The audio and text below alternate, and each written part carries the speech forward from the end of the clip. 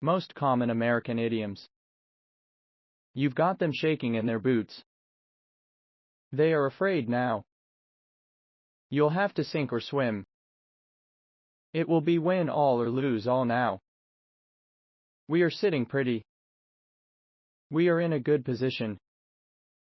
She slays me with that nonsense. She disgusts me with those silly ideas. Everything is shipshape. Everything is in good order. Why don't you sleep on it? Think about it tonight, let me know tomorrow. We just made small talk. We didn't talk about anything serious. Go ahead and sound off. Say, what do you think? He's spaced out. He is on drugs. It will spread like wildfire. This idea will be very popular. They have stacked the deck. We are not playing under even conditions. They have stacked the cards.